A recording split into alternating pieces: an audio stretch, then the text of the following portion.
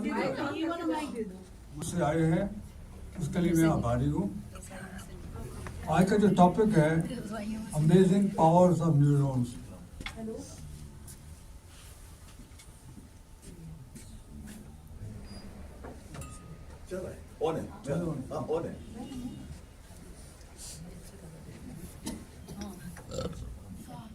आप कभी देखते हैं और खेले भी होंगे, बैडमिंटन खेल रहे हैं या टेबल टेनिस खेलते हैं, तो आप देखते हैं कि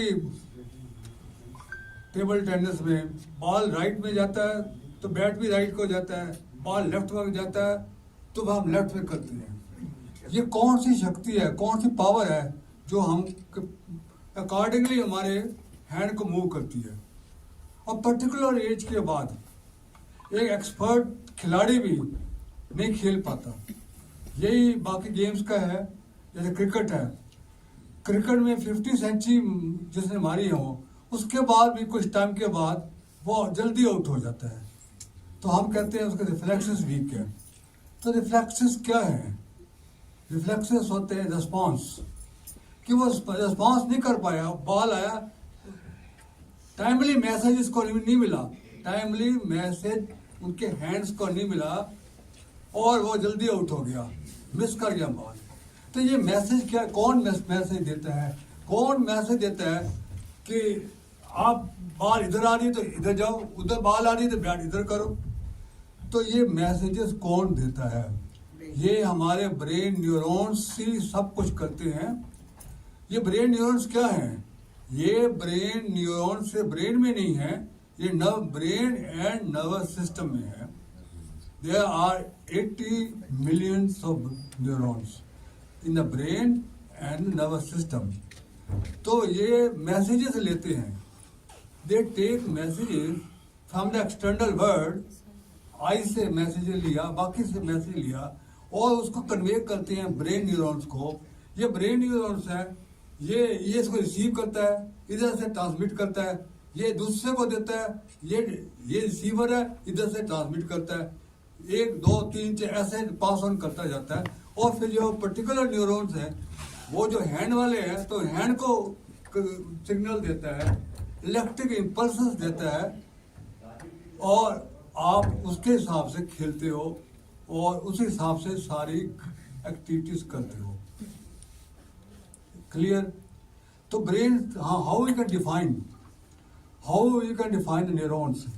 Neurons are nerve cells, are the fundamental units of the brain and nervous system that take messages from the external world through sense organs and sent to all of your body to allow you to do everything from breathing to talking, eating, walking and thinking. जितनी आप activities करते हैं ये सिर्फ brain neurons ही करवाते हैं। तो ये 3 टाइप्स के ब्रेन न्यूरॉन्स है। एक होते हैं ब्रेन न्यूरॉन्स सेंसरी न्यूरॉन्स, जो ब्रेन से डायरेक्टली आपको जितने सेंस ऑर्गन्स हैं, आईज हैं, कान हैं, नोज हैं, इनको जाती है। तो these are called sensory organ. और दूसरा होता है motor neurons. Motor neurons maximum है आपके। मोटर न्यूरॉन्स क्या करता है? Brain and nervous system. Nervous system में क्या आता है? आपका बैकबोन। तो backbone and the brain that constitute as the nervous system. तो नर्वस सिस्टम में क्या होता है? आपका बैकबोन है, ये बैकबोन है मान लिया, इसमें कितने ब्रांचेस होती हैं, इधर ब्रांच किया, इधर ब्रांच, इधर, ये ब्रांचेस बैकबोन से निकलकर आपके शरीर के हर अंग में, हर पार्ट में जाती है। चाहे वो आपका हार्ट हो, चाहे आपका लीवर हो, जो भी है, और मसल्स को भी जाती हैं, और यही आपके एंडोक्राइन ग्लैंड्स को भी जाती हैं। तो शरीर के हर पार्ट को जो जाता है other than sensory organ, these are the motor neurons। और थर्ड होते हैं इंटरन्यूरॉन्स है ब्रेन में इंटरन्यूरॉन्स का क्या काम है? आपका थिंकिंग, आपका मेमोरी, आपका अवेयरनेस, ये सबका सब अगर वो वीक हो जाते हैं, आपकी मेमोरी वीक हो जाती है, आपको सोचने की शक्ति वीक हो जाती है, आपकी अवेयरनेस वीक हो जाती है, आपका रीजनिंग वीक हो जाती है, थिंकिंग वीक हो जाती है, कंसंट्रेशन वीक हो जाती है। अगर आपके जो न्यूरॉन्स हैं, इंटरन्यूरॉन्स जो ब्रेन में है, वो वीक हो जाते हैं। तो मैं एक एक करके एग्जांपल देता हूँ। तो पहला एग्जांपल देता हूँ सेंसरी न्यूरॉन्स का। सेंसरी न्यूरॉन्स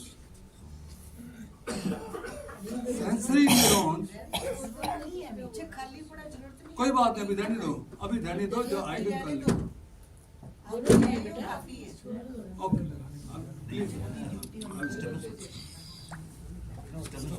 सेंसरी आपका, I will take one example of your, let us say here आपका ईयर का। अब ईयर आपको कम सुनाई दे रहा है। अगर कम सुनाई दे रहा है तो क्या रीजन हो सकते हैं? दो रीजन हो सकते हैं। या तो आपका जो कनेक्टेड न्यूरॉन्स हैं जो मैसेज दे रहा है आपके ईयर को, वो वीक है, या आपका कान में कुछ प्रॉब्लम है, वो भी तो हो सकता है, लोकल प्रॉब्लम है। तो ये दो चीजें हैं। ये जो जितने हमारे शरीर के अंग हैं, ये बॉडी सेल्स के बने हुए हैं। They are 30 trillions of body cells और 80 मिलियंस ऑफ द न्यूरॉन्स। अगर आपके कान के लिए बॉडी सेल्स हैं वो वीक हो जाते हैं, कई रीजन हो सकते हैं। बोला आपने expose to the higher sound, और ब्लड प्रेशर की वजह से या डायबिटीज की वजह से किसी प्रॉब्लम से कान में प्रॉब्लम हुई तो आपको कम सुनाई देगा। तो डॉक्टर बताएगा कि आपकी लोकल प्रॉब्लम है या इंटरनेट प्रॉब्लम है। तो इसमें कितनी प्रॉब्लम होती है? एक होती है टिनिटस प्रॉब्लम होती है कि बार बार कान में कुछ ना कुछ सुनाई देता रहता है। वो भी दोनों की वजह से हो सकती है। तो टिनिटस प्रॉब्लम, अगर न्यूरॉन्स, आइडेंटिकल न्यूरॉन्स आपस में वो मिल जाए, वो वॉल्यूम को कंट्रोल करते हैं, तो कंटिन्यूस आपके रिंगिंग शुरू होगी। आप कभी सोचा, जो आपके बेंगलोर में जाते हैं तो आपकी बेल बार होती है। जब बेल बार होती है तो बारिश की वजह से शॉर्ट सर्किट होता है, तो कंटिन्यूस अंदर रिंगिंग शुरू हो जाती है। तो यही चीज आपका कान में है। और दूसरा क्या हो सकता है? दूसरा क्या होता है, कभी आपको दो वर्ड्स जो आइडेंटिकल है वो एक सुनाई देने शुरू हो जाते हैं, वो ओवरलैप कर जाते हैं। जैसे मैं आज भिवाड़ी गया था, क्या आप भिवाड़ी गए थे? तो कंफ्यूजन, सेम चीज। अब एक और एग्जांपल देता हूं आपको। वाइफ ने कहा हस्बैंड को कि आज मैं मक्की की रोटी बनाऊंगी। क्या आप मक्खी की रोटी बनाओगी? अब मक्की की रोटी और मक्खी की रोटी में जमीन आसमान का फर्क है। पर उसको सुनाई दिया, मक्की की जगह मक्खी सुनाई दिया। तो दूसरा मैं एग्जांपल देता हूं आपको, मोटर न्यूरॉन्स का मैक्सिमम आपके जो मैसेजेस हैं वो ये बैकबोन है, इसके अंदर नर्व जाती है जो पैर तक जाती है। यहाँ से आज तक कितने मिलियंस आपके जाते हैं, जो हर बॉडी के अंग को जाते हैं, मैसेजेस इसी से निकलते हैं। अगर आपका इसमें 33 वर्टिब्रास है, 30 वर्टिब्रास में आपका बीच में डिस्क आती है, और अगर डिस्क है वो नर्व को प्रेस कर रही है, दैट पर्टिकुलर जो जहाँ से नर्व जाती है वो कंटिन्यूस प्रेस रही तो आपकी नर्व वीक हो सकती है। इसलिए अगर आपको कभी पैर में दर्द हो जाती है तो जो हमको साइड का है वो नर्व लंबा रीजन में ज्यादा होती है तो पैर में जाती है। कब आपके पैर सुन्न हो जाते हैं तो इसका मतलब है आपके नर्व में, सेंट्रल नर्व में प्रॉब्लम है, तो डॉक्टर आपके पास जाते हैं, उसको स्ट्रॉन्ग करने के लिए B12 की गोली देते हैं, ये देते हैं। तो ये सारे के सारे प्रॉब्लम्स आपकी बैकबोन में होते हैं, नर्व सिस्टम में होते हैं। कभी इंजरी हो जाती है नर्व में, तब प्रॉब्लम हो जाती है। तो अगर नर्व आपकी दब रही है डिस्क से या किसी वजह से, आप उसे इग्नोर मत करिए, नहीं तो कंटिन्यूसली दबी रह गई तो वहाँ जो नर्व निकलेगी, जिस चीज को निकलेगी वहाँ मैसेजेस बंद कम हो जाएगा, तो वो वीक हो जाएगा आपका। तीसरा है आपका इंटरन्यूरॉन्स। इंटरन्यूरॉन्स अगर वीक हो जाते हैं तो आपको मेमोरी लॉस हो जाता है, आपको डिमेंशिया हो जाता है, आपको अल्जाइमर हो जाता है या पार्किंसन हो जाता है। ये डिमेंशिया मीन्स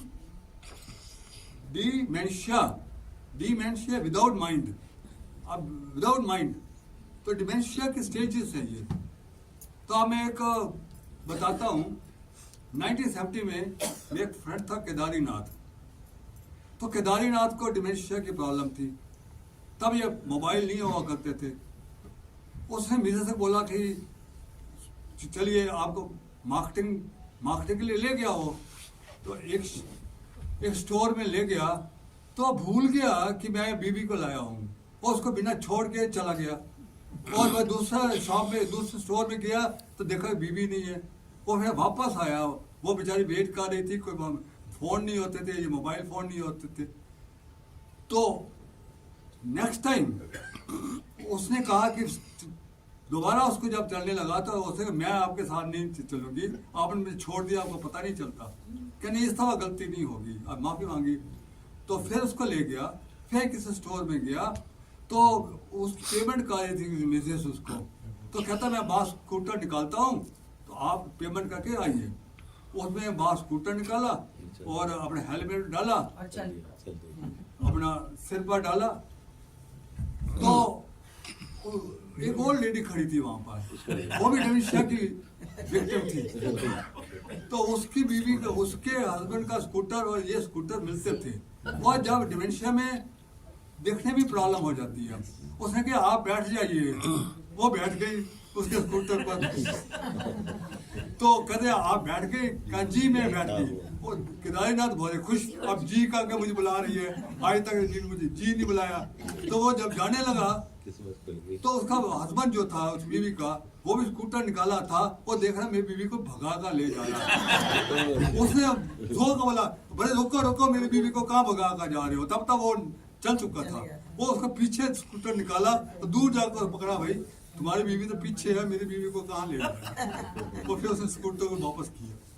तो ऐसे फनी इंसिडेंट्स होते हैं जब आपका माइंड डिमेंशिया की होते हैं। अब मैं बताता हूँ कि व्हाट आर द रीजंस, आपका न्यूरॉन डैमेज होने के क्या रीजंस होते हैं। सबसे पहला रीजन होते हैं नेगेटिव थॉट्स।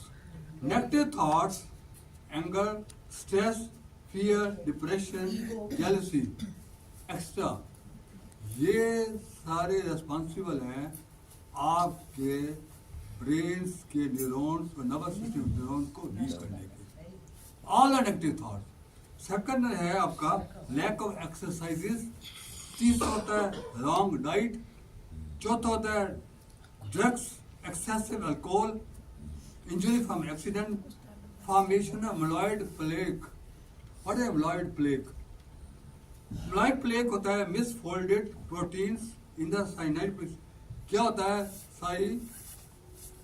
साइनेप्सिस होते हैं। ये ब्रेन, ये आपका मान लिया ये आपका न्यूरॉन्स है, ये न्यूरॉन्स है, इसके बीच में जो स्पेस होती है इसको साइनेप्सिस बोलते हैं। इसमें क्या होता है? आपका प्रोटीन बिल्डअप हो जाता है। अब ये प्रोटीन बिल्डअप कैसे होता है? जैसे आपका जो रिएक्शन है, मेटाबॉलिक रिएक्शन कंप्लीट नहीं होता, तो प्रोटीन्स आर रिक्वायर्ड, जो carbohydrates are required, glucose required for your body. पर अगर वो रिएक्शन कंप्लीट नहीं होता तो बॉडी में आपका डायबिटीज हो जाता है, बिकॉज पूरा शुगर आपका कन्वर्ट नहीं हुआ कार्बन डाइऑक्साइड और वाटर में, तो डायबिटीज हो जाती है। ऐसा ही प्रोटीन कंज्यूम नहीं हुआ तो प्रोटीन बिल्डअप हो जाता है आपके दोनों न्यूरॉन्स के बीच में, तो आपका सुनना कम हो जाता है और वो बढ़ जाता है तो आपका ब्रेन ट्यूमर तक हो सकता है अगर आपने इलाज नहीं किया। It can cause you brain tumour. तीसरा क्या होता है, तो डैमेज कैसे होते हैं, तो ये जब नेगेटिव थॉट्स इन रीजनों की वजह से आपके सेल्स वीक हो जाते हैं, तो इनकी वजह से negative chemicals release, brain is releasing the negative chemical because of all of this, जो मैंने आपको फैक्टर बताया है, इसकी वजह से आप your brain releases the negative chemicals. 4 type के नेगेटिव केमिकल्स होते हैं जो मोस्ट इंपॉर्टेंट है। कोर्टिसोल, कोर्टिसोल जो ब्रेन रिलीज करता है, आपके सारे ब्रेन के न्यूरॉन्स जो होते हैं उसको डैमेज कर देता है आपको कोर्टिसोल। तो आप सोच सकते हैं कि आपके negative thoughts and lack of exercises और आपका मेटाबॉलिज्म कंप्लीट ना हो, कितने हार्मफुल है आपके, इट कैन किल यू। और सेकंड है, यही प्रॉब्लम नहीं होती है, अब ये आपका नेगेटिव केमिकल्स रिलीज हुए, ये सिग्नल जाता है आपको एंडोक्राइन ग्लैंड्स को, एंडोक्राइन ग्लैंड्स अब वो डीएक्टिवेट हो जाते हैं because negative chemical deactivated all the glands. अब 7 ग्लैंड है, पिट्यूटरी ग्लैंड है, पीनियल ग्लैंड है, थायराइड ग्लैंड है, थाइमस ग्लैंड है, ये रिक्वायर्ड अमाउंट हार्मोन्स निकालते हैं जितने बॉडी के ऑर्गन्स हैं उनको स्ट्रॉन्ग करने के लिए, रिक्वायर्ड अमाउंट स्ट्रॉन्ग करने के लिए। अब वो भी डीएक्टिवेट हो गए तो आपके बॉडी सेल भी वीक हो गए और आपके ब्रेन सेल भी वीक हो गए, सिर्फ ये 4 केमिकल्स निकलने से। तो क्या what is difference between the hormones? आप कोई बोलेगा क्या डिफरेंस है जो हार्मोन्स निकलते हैं एंडोक्राइन ग्लैंड से और न्यूरॉन्स में, क्या डिफरेंस है? जो न्यूरॉन्स होते हैं they are electrical messengers, electrical messengers, impulses, और जो ये मैसेजेस आपके बॉडी सेल्स को देते हैं। और जो हार्मोन्स होते हैं, जो एंडोक्राइन ग्लैंड से हार्मोन्स होते हैं, ये भी ये होते केमिकल मैसेंजर्स, ये भी आपके बॉडी सेल्स को देते हैं। दोनों बॉडी सेल, वो केमिकल मैसेंजर है, वो आपके इलेक्ट्रिकल मैसेंजर्स है। इलेक्ट्रिकल मैसेंजर्स का मीडिया है ब्रेन और केमिकल मैसेंजर्स का है ब्लड, बिकॉज जो हार्मोन्स होते हैं सीधा ब्लड में स्ट्रीम में जाते हैं और ब्लड स्ट्रीम्स के जरिए आपके हर बॉडी के सेल में जाते हैं। अब आता देन व्हाट अब मैं now I am coming to real theory कि आपके ब्रेन सेल हम कैसे रीजनरेट करें और कैसे इन ब्रेन सेल को न्यू सेल्स, क्या हम न्यू न्यूरॉन्स बन सकते हैं और क्या वीक सेल को रीजनरेट कर सकते हैं और कैसे कर सकते हैं। तो उस पर मैं आ रहा हूँ बिकॉज बाकी चीज़ों बहुत लंबी है, उसको मैं शॉर्ट कर करके सबसे पहले positive thoughts, love, compassion, happiness, purity, excitement to hear some good news regarding award, promotion, extra produces positive chemicals in the brain। ये जैसे नेगेटिव थॉट्स आपके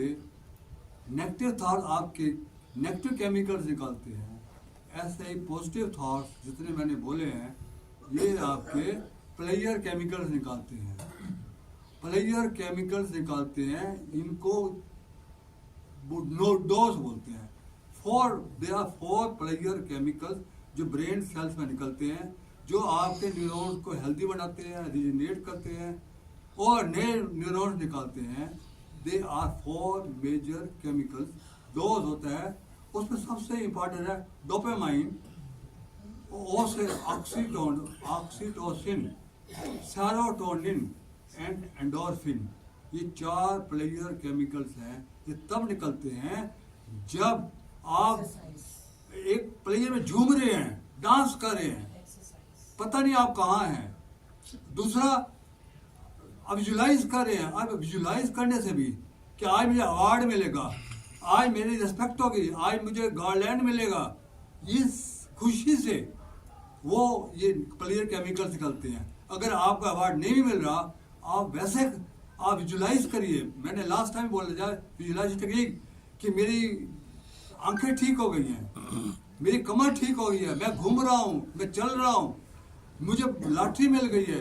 तो जो जो आपकी प्रॉब्लम्स है वो सॉल्व हो गई है, वो एक्साइटमेंट से आपके ये प्लेजर केमिकल्स निकलने शुरू हो जाएंगे। तो दूसरा, तो विजुलाइजेशन टेक्निक इज वन। दूसरा सबसे इम्पॉर्टेंट, इसको थ्योरी में बाद बताऊंगा, कि जब आप किसी मंत्र का जाप करते हो या मेडिटेशन में होते हो, मेडिटेशन इज द बेस्ट। कैसे करता है? प्लेयर केमिकल्स निकालता है मेडिटेशन, ये मैं थोड़ा बाद में इसकी थ्योरी बताऊंगा। और आपका मॉर्निंग उठकर आप किसी मंत्र का जाप करते हैं, आप पूरे मंत्र में खो जाते हैं, तब भी आपका प्लेजर केमिकल निकलते हैं। Particularly Gayatri mantra. Gayatri mantra is the best mantra to activate your brain neurons. दियो यो ना प्रचोदयात्, हमारी बुद्धियों को प्रकाशित करो, उज्जवल करो। इसमें 5 कंपोनेंट्स हैं, पांचों एक्टिवेट होते हैं गायत्री मंत्र में है। धी विजडम, धृति विल पावर आपकी स्ट्रॉन्ग हो जाए, स्मृति मेमोरी, मेधा इंटेलिजेंस एंड प्रज्ञा अवेयरनेस। ये 5 शक्तियां ब्रेन की जो आपके लिए रिक्वायर्ड है, सिर्फ गायत्री मंत्र का जाप मारने में करने से, ब्रेन को शांत करने में, उसमें खो जाने से, ब्यूटीफुल म्यूजिक लगाने से आपका ब्रेन काफी शार्प हो जाएगा। अब मैं कुछ फिंगर एक्सरसाइज बताता हूँ और कुछ मुद्रा बताता हूँ। मैंने ये डिजाइन किया है ओनली फॉर सीनियर सिटीजन, ताकि आप वो मुद्राएं कर सकें। एक मुद्रा क्या होती है? हैंड, जो मुद्रा होती है हैंड जेस्चर। पहले मुद्रा बताता हूँ, ये नमस्ते करते हैं, नमस्ते, ये भी जेस्चर है, नमस्ते। आप ये इसको वाइडन करिए और वाइडन करके इसको हकनी मुद्रा कहते हैं। हकनी मुद्रा या हस्त मुद्रा। इसको गोदी में ले जाओ, यहाँ बैठ जाओ और सुंदर सा म्यूजिक लगा दो, आंखें बंद कर दो और म्यूजिक सुनो। या कोई आप और भजन गा रहे हैं या मंत्र का जाप कर रहे हैं, तो इस ध्यान में आप कर सकते हैं। आपका डबल इफेक्ट होगा इस स्थिति। इससे आपका मन शार्प होगा, कॉमनेस आएगी, अवेयरनेस आएगी, कंसंट्रेशन बढ़ेगी, मेमोरी स्ट्रांग होगी और कंसंट्रेशन होगी। और यही चीज दूसरी है ध्यान मुद्रा। ध्यान मुद्रा क्या है? ये लेफ्ट हैंड और ये राइट हैंड। राइट हैंड को लेफ्ट ऊपर रखा, ये आपके अंगूठे कर दिए, इसको आप गोदी में रखा, ऐसे ऊपर करके रखा। और इसी को सेम शेप में आप इसी में आप मंत्र का जाप करें, परमात्मा का ध्यान करें, कुछ भी करें, म्यूजिक लगाएं, इसको 15-20 मिनट आधा घंटा बैठे, आपका ब्रेन बहुत शार्प होगा। तीसरा चिन्ह मुद्रा। चिन्ह मुद्रा का ऐसा करके यहाँ बैठकर, चिन्ह मुद्रा का भी सेम इफेक्ट है, पर चिन्ह मुद्रा में एक और एडवांटेज है कि आप गप मार रहे हैं, जैसे आप मेरे से बात कर रहे हैं, और चिन्ह मुद्रा में बैठ जाइए, डबल एडवांटेज होगा। टीवी देख रहे हैं, चिन्ह मुद्रा में बैठ जाइए, गप मारे चिन्ह मुद्रा बैठ जाइए, आपका चिन्ह मुद्रा से भी बहुत ही शार्प हो जाता है। नेक्स्ट आता है फिंगर एक्सरसाइजेस। अब मैं फिंगर एक्सरसाइजेस बता रहा हूँ, बड़ी सिंपल एक्सरसाइजेस हैं और बड़ी माइंड को, आपके ब्रेन को शार्प करेगी, नए नए कनेक्शन बनाएगी। आपके ये ब्रेन न्यूरॉन्स हैं, इनके बीच स्ट्रॉन्ग कनेक्शन बनाएगी। जो मैंने कहा था हकनी मुद्रा, ये जितने नर्व्स होती हैं वो यहाँ खत्म होती हैं। देखिए टिप्स ऑफ द, यहाँ नर्व्स खत्म होती है। अब मैं इसको बताता हूँ। एक आपने किचन में गए, आपने हाथ लगाया, पीछे हट गया हाथ, क्यों हटा?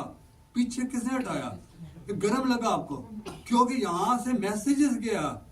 मैसेज क्या गया आपका? ये कहाँ से आई है मैसेज? ये आपकी नर्व कहाँ से निकली? आपका बैकबोन से। मैंने कहा बैकबोन से सारी जगह आती है। बैकबोन से आई, बैकबोन ने मैसेज दिया ब्रेन को, ब्रेन ने वापस किया कि हटाओ अब हाथ को, पीछे करो। ये सब का इलेक्ट्रिकल इतना जल्दी होता है कि आपने पीछे हटाया, ये किया, ये सारे न्यूरॉन्स किया है। ये नहीं पीछे कैसे हटा दिया, तो उसने मैसेज दिया। तो ये नर्व जितने हैं इनको दबाइए, और दबाने जितना दबा सकते हो, 15, 20, 25, 30 आधा जितना दबाओ। सांस को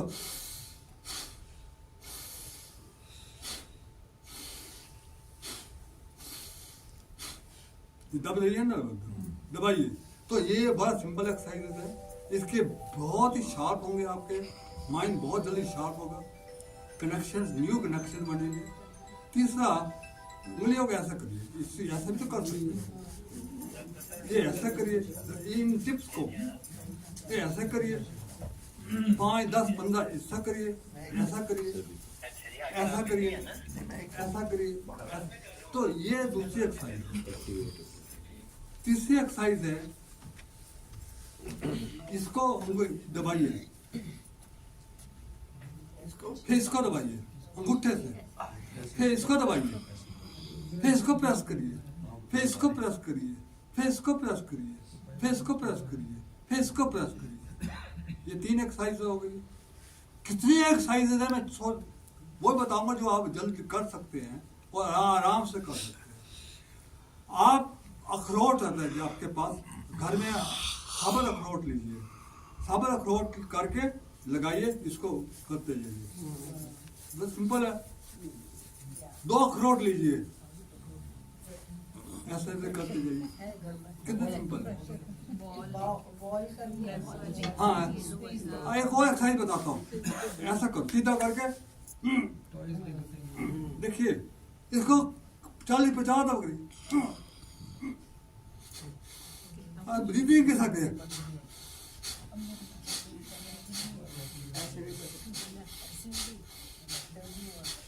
कितना अच्छा है। और एक बहुत सिंपल है वो एक्सरसाइज बताता हूँ जो बड़ी इंपॉर्टेंट है, बॉडी सेल्स को भी ठीक करेगी, ब्रेन सेल्स को भी ठीक करेगी। वो यार देखिए क्या करोगे आप, स्ट्रेच करिए हैंड्स को, ओके, ये यहाँ किया, इसको दबाओ, जितना दबा सकते हो। देखिए मैं बताता हूँ, सांस लो, आप सांस लेना है नाभि से, बंद करो, दबाते रहो, और इसको होल्ड करो, जितना होल्ड कर सकते हो।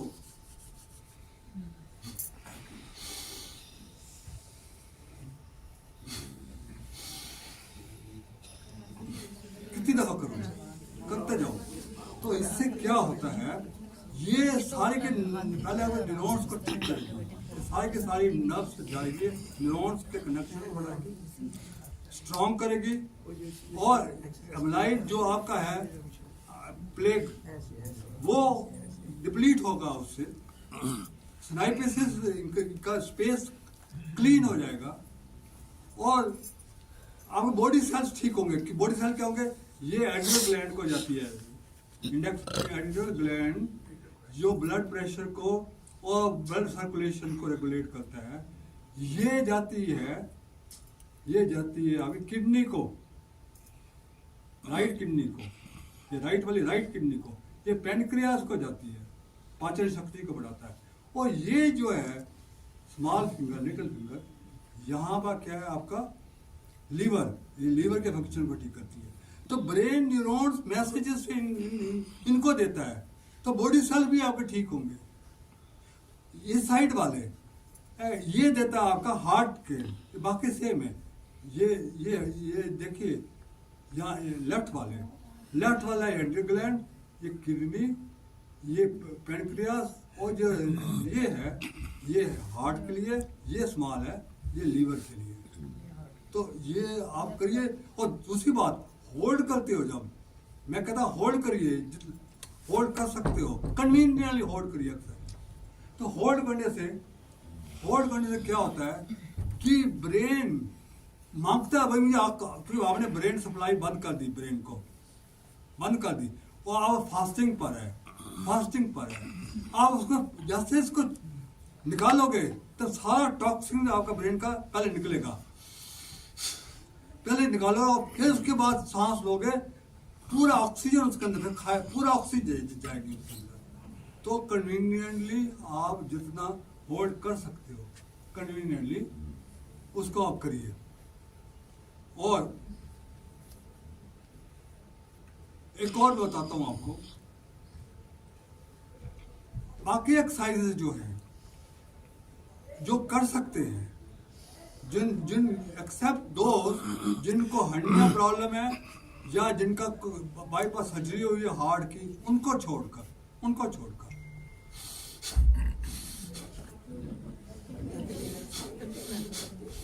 ये है, इसको भस्त्रिका बोलते हैं, ये भस्त्रिका करिए 15-20 दफा।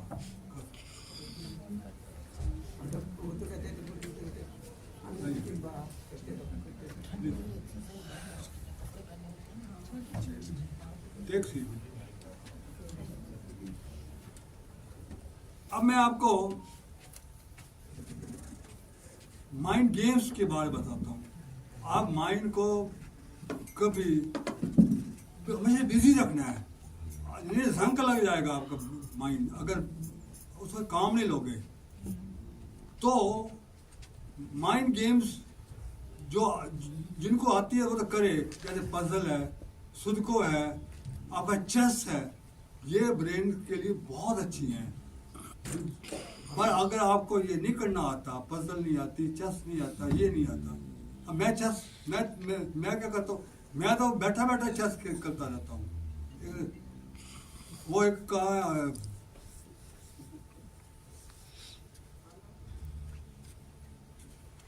मैं कभी हॉस्पिटल गया था, नंबर था, तो मैं चेस खेलने लग गया। मुझे नंबर आराम से, मुझे पता नहीं लगा कितना नंबर गुजर गया, कि मैं चेस खेलता हूँ कंप्यूटर के साथ, तो मेरे ब्रेन मेरा काफ़ी शार्प हो जाता है। अगर नहीं कर सकते मैं और बताता हूँ। कलर आप करिए, आप 7 कलर लिखिए, वाइट ग्रीन जो भी कलर है, आप वाइट के ऊपर ब्लैक करिए, रेड के ऊपर ग्रीन का दीजिए, येलो के ऊपर येलो का दीजिए, डिफरेंट कलर। तो आपको कलर्स बोले बताइए कौन क्या कलर, ये क्या है, और लिखा हो ब्लैक ऊपर है येलो, तो आप येलो बोलना है, ब्लैक नहीं बोलना। तो आप घर में ये चार्ट बनाइए और कितना तेजी से आप बोल उसका डिस्ट्रीब्यूट कर सकते हो। It is not simple thing. दूसरा, आप एक चार्ट बनाइए माता का, उसमें आप 20 लिखिए, 19 कहीं लिखिए, 18 कहीं लिखिए, 17 कहीं लिखिए, 16 रैंडम लिख दो 1 से 20। तो पढ़िए 20, 19, 18, 17 कितने सेकंड में आप उसको पढ़ सकते हैं। उसको प्रैक्टिस करिए, फिर दोबारा करिए, ढूंढना पड़ेगा 19 का है, 18 का है, 17 का है। ये माइंड एक्सरसाइज है। और ये भी नहीं आप कर सकते तो दिन में आपने शेर से लेकर शाम तक, रात को देखिए, लिखना शुरू करिए, मैंने क्या क्या एक्टिविटी थी, मैंने खाना में क्या खाया, कौन सी सब्जी थी खाया, किसको मिला, पूरे एक्टिविटीज लिखो दिन की। और हम भूल भी जाते हैं कि नाश्ते में क्या खाया या कौन सी सब्जी हमने लंच में खाई, मोस्टली भूल जाते। तो साहब लिखिए और पूरी एक्टिविटीज लिखिए। ये एक्टिविटी डेली करिए, आपका माइंड का भी शार्प होगा। नेक्स्ट क्या है, observation games. Observation games, hello एक पीछे से ले लो, पीछे। ऑब्जर्वेशन गेम्स, ऑब्जर्वेशन गेम्स ये खिलाते नहीं, मैं इनको बुलाऊंगा कि खिलाया करिए। एक बास्केट में 15-20 चीजें डाल दो, 15-20 चीजें, ये नीता जी को पता है। और 15 चीज डिफरेंट होगी और दिखाइए सबको, और फिर उसके 10 दिखाकर फिर लिखिए कितनी आप लिख सकते हो उसको। This is very good game. वो आपका अच्छा, और उसमें कई वेरिएशंस हैं ऑब्जर्वेशन की, वो करिए। अब मैं ऐसी एक्सरसाइजेस बता रहा हूँ और मोस्ट सिंपल एक्सरसाइजेस बता रहा हूँ। एरोबिक ब्रीदिंग कि मैक्सिमम ऑक्सीजन कैसे मिले आपके ब्रेन्स को और बॉडी सेल्स को। हुण जो लोग करते हैं, साइकिलिंग करते हैं या स्विमिंग करते हैं या जॉगिंग करते हैं या डांसिंग करते हैं या एरोबिक मॉर्निंग में कराते हैं एरोबिक एक्सरसाइजेस, यहाँ भी कराते हैं, तो वो कितनी इफेक्टिव है दैट डिपेंड्स अपॉन आप कितना ब्रीथ करते हो इनसाइड। सिर्फ डांस करने से कुछ नहीं होगा, आपको अंदर ऑक्सीजन लेनी है, कितना आप अंदर ऑक्सीजन लेते हो that is more important than dance करना। समझते ना, आपका मेन एम है ऑक्सीजन लेना, मेन एम है ऑक्सीजन बॉडी सेल्स को देना और ब्रेन सेल्स को देना। तो नॉर्मली 6 लीटर कैपेसिटी आपके लंग्स की होती है। नॉर्मली आप ब्रीथ अभी जो कर रहे हैं ये 1/4 कैपेसिटी उसकी यूज होती है। जब ये एक्सरसाइजेस करते हैं 50 to 70% हो सकता है जो आप नॉर्मली जॉगिंग ये वो करते हैं, डिपेंड अपॉन आप कितना करते हैं। जो मैं बताने वाला हूँ 90 to 100% लंग्स की कैपेसिटी यूज होगी। मतलब 6 लीटर की है तो 5 साढ़े 5 मैक्स जाएगी आप। तो वो क्या है, Bhramari pranayama. Bhramari pranayama is the most simple exercise. अब मैं कैसे करनी है भ्रामरी प्राणायाम और ये भी बताऊंगा, पहले तो मैं करके बताऊंगा और फिर उसके मैं फायदे बताऊंगा भ्रामरी प्राणायाम के। भ्रामरी प्राणायाम क्या करना है, आपको ये बंद कर देना है। मैं गिनूंगा 5, आपने 5 गिनना है और 10 दफा छोड़ना है। 5 दफा जब सांस ऊपर लूंगा तो 5 गिनना है और जब मैं छोड़ूंगा तो आप कम से कम 10 टाइम्स बताता हूं कैसे। ऐसे करके मैंने सांस लिया तो 5 गिन गया,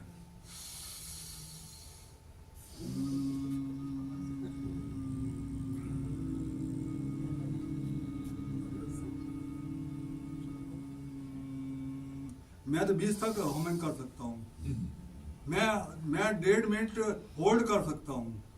ये तो उसमें मत जाइए, आप स्टार्टिंग में कम से कम 10 हमिंग करते हुए 10 तो करिए आप। तो फिर उसके बाद फिर करिए, ये एक राउंड है। फिर सेकंड राउंड में फिर सांस ऊपर खींचिए, फिर हमिंग करिए, फिर सांस खींचिए। ये 10-12 दफा करना है। तो इसके फायदे बताता हूँ, अगर फायदे पता लग जाएंगे तो सबसे पहला है कि जब आप अपनी एक्सेल जब आप छोड़ रहे हैं ना, छोड़ रहे हैं आप, ये एक्सेलेशन है, ये एक्सेलेशन आप एक्सटेंड कर रहे हैं। जितना आप हमिंग करेंगे उतना लंग्स में कार्बन डाइऑक्साइड है, लंग्स में जो टॉक्सिन्स है वो सारे के सारे बाहर आ जाएंगे और आपका पैसेज क्लियर हो जाएगा। और फिर सांस लोगे तो भरपूर ऑक्सीजन आपके अंदर आएगी, भरपूर ऑक्सीजन अंदर आएगी आपकी। कम से कम 90-95% ऑक्सीजन, अगर 15 तक कर सकते हो तो 95% ऑक्सीजन अंदर ले सकते हो। मैं तो 20 कर सकता हूँ, मैं तो 100% लंग कैपेसिटी को यूज कर सकता हूँ। तो ये इसके क्या फायदे हैं? पहला फायदा है कि आपका लंग्स क्लियर हो जाएंगे। सेकंड, मैक्सिमम ऑक्सीजन आपको ब्रेन में जाएगी।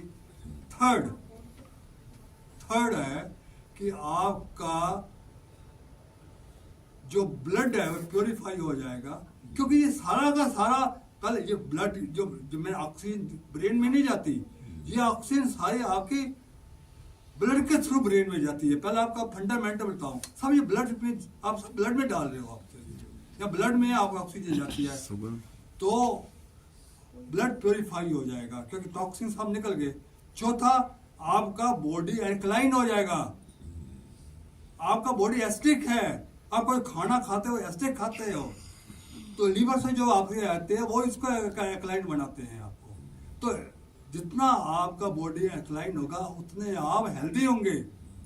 और नेक्स्ट है कि जब आप हमिंग करते हो यहाँ पर कैविटीज में नाइट्रिक ऑक्साइड बनता है।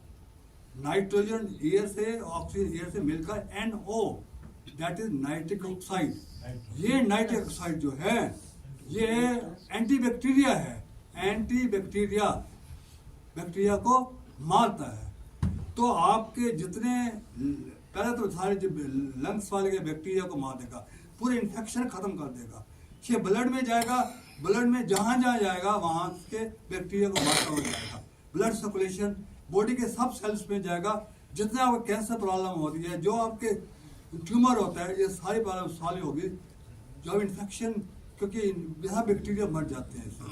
और सबसे नाइट्रस ऑक्साइड का फायदा है, जो सातवां कह रहा हूँ, ये डायलेट करता है। किसको डायलेट करता है? ब्लड वेसल्स को डायलेट करता है। What are blood vessels? Blood vessels 3 होते हैं। ब्लड, एक तो आर्टरीज है, आर्टरीज में आपका खाना और ऑक्सीजन मिलकर जाता है आर्टरीज में, ठीक है। ये आर्टरीज को डायलेट करेगा। डायलेट करने से जितना आपका कोलेस्ट्रॉल है वो डिसलॉज हो जाएगा। जिनको कोलेस्ट्रॉल प्रॉब्लम है, एलडीएल है, वो डिसलॉज हो जाएगा। ठीक है, ये वो काम करता है जो आपका डालते हो अंदर, हैं? जो आपको बढ़ जाते तो अंदर डालते हैं वाइडन करने के लिए, तो वाइडन करते हैं। स्टंट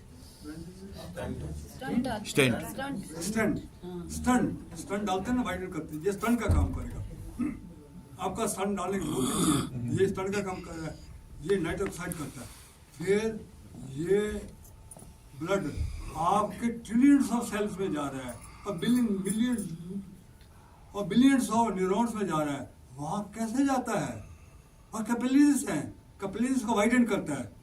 जैसे वाइडन करेगा, अब स्टंट तो इसी को वाइडन करता है, पर ये तो सबको वाइडन कर रहा है। यहाँ स्टंट यहाँ थोड़ा लगा हुआ है। ये maximum amount of oxygen, maximum amount of carbohydrate, maximum amount of जो है प्रोटीन्स जाएंगे और मेटाबॉलिक रिएक्शन फुल होगा, पूरे होगा, पूरी एनर्जी मिलेगी। और तीसरा, इसके बाद कहाँ जाता है? ये CO2, इस मेटाबॉलिक रिएक्शन होता है। इसमें क्या होता है? Glucose plus water plus oxygen, carbon dioxide plus water plus oxygen plus energy. ये एनर्जी आ जाती है। जितना मेटाबॉलिक रिएक्शन होती है, आपको एनर्जी आएगी आपका। ये कार्बन डाइऑक्साइड या डिसलॉज यहाँ निकल जाती है।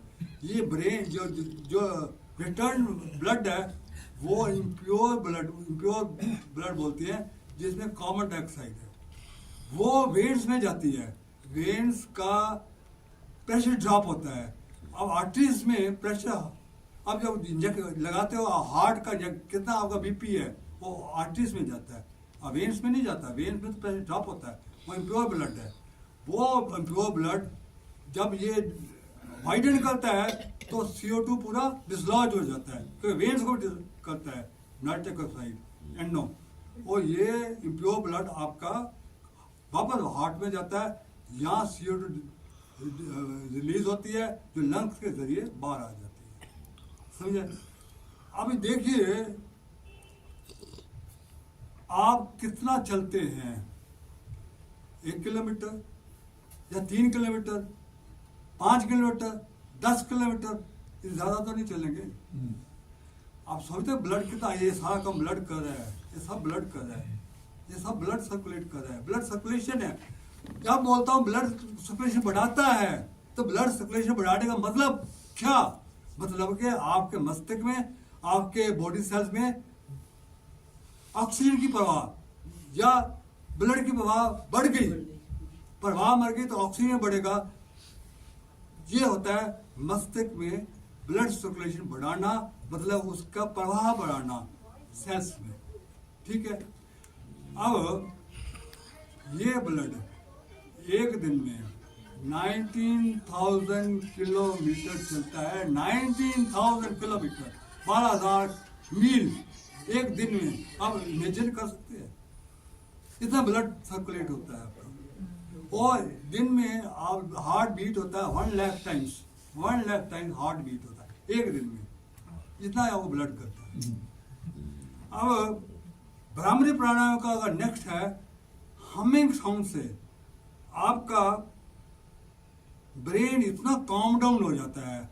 बीपी बिल्कुल, जिसके हाई बीपी है वो गोली खाने की जरूरत नहीं है आपको। 5-10 दिन के बाद गोली खाना छोड़ देंगे कि बीपी ड्रॉप होता है। पर जिनका लो है, जो बहुत लो है 40-50 है, वो ना दवाई कंट्रोल करता है बीपी को। ऐसा नहीं है कि लो बीपी वाले कर नहीं सकते, पर 40-50 उतना ना हो, otherwise it is good for everything. और आपके माइंड के शक्तियों को न्यूरॉन्स की ताकत न बढ़ाता है, काम डाउन करता है, मेमोरी बढ़ाता है, अवेयरनेस बढ़ाता है, और रीजनिंग बढ़ाता है, अवेयर सब कुछ जितनी आपके माइंड की पावर्स हैं, कॉग्निटिव प्रॉपर्टीज बोलते हैं, उनका एनहांस करता है। आपका माइंड बहुत शार्प, आपका न्यूरॉन्स बिल्कुल बहुत ही आपके न्यूरॉन्स स्ट्रांग हो जाएंगे भ्रामरी प्राणायाम से। अगर आपको डिटेल में जाना है, मेरा एक आर्टिकल है जो टाइम्स इंडिया में आया हुआ है 30 मार्च 22 का, इनक्रेडिबल बेनिफिट्स ऑफ भ्रामरी प्राणायाम, उसको पढ़िए, डिटेल में दिया हुआ है, बहुत कम मैंने बोला, बहुत डिटेल में दे रहे, उसको पढ़िए। या तो आप मेरे साइट सुरेश खुंगर साइट पर चलिए, स्पीकिंग ट्री साइट मिल जाएगी, आपको आर्टिकल मिल जाएगा, नहीं तो मैं उसका लिंक भेज दूंगा, जैसे आप चाहूँगा। आपको लिंक चाहिए भेजना, मैं लिंक्स भेजता हूँ। आई वेरी सॉरी टू से कोई उसको एक्नॉलेज नहीं करता। भैया कम से मैं कुछ मांग रहा हूँ आपसे, कम से कम मुझे एक्नॉलेज कर दो, ऐसा कर दो कि मैंने पढ़ा है, तब मुझे भी सेटिस्फैक्शन होगी, मुझे भी अच्छा लगा भाई आपने पढ़ा है। नहीं कैसे पता चलेगा? अगर मैं इसको उसमें डाल दूंगा, आपके इनोवा कम्युनिकेशन में मैक्सिमम उसमें पार्टिसिपेंट्स है, उसमें डाल दूंगा, व्हाट्सएप पे डाल दीजिए। व्हाट्सएप में डाल दूंगा। कितने आपके चिट चैट है ये हुआ तो उसके में डाल दूंगा, पर आपसे कम फीडबैक नहीं, आप उसको लिंक को तो एक्नॉलेज कर दीजिए, ठीक है। नहीं मूवी में नहीं सेकंड में आ रहा हूँ, बहुत ही इम्पोर्टेंट टॉपिक, अनुलोम विलोम। कितना लोग, सब लोग 90% लोग गलतियां करते हैं अनुलोम विलोम में, 90% कोई भी ढंग से नहीं करता। आज मैं अनुलोम विलोम जो बड़ा बता रहा हूँ, आप सोच नहीं सकते कि अनुलोम विलोम इतने ताकतवर है, कितना सिंपल है, पर इसको करने का तरीका तो आना चाहिए आपको। तो आज मैं उसका तरीका बताने वाला हूँ। पहले अनुलोम विलोम का तरीका कि आप इसको चिन्ह मुद्रा करिए, इसको वायु मुद्रा करिए। देखिए ये वायु मुद्रा है।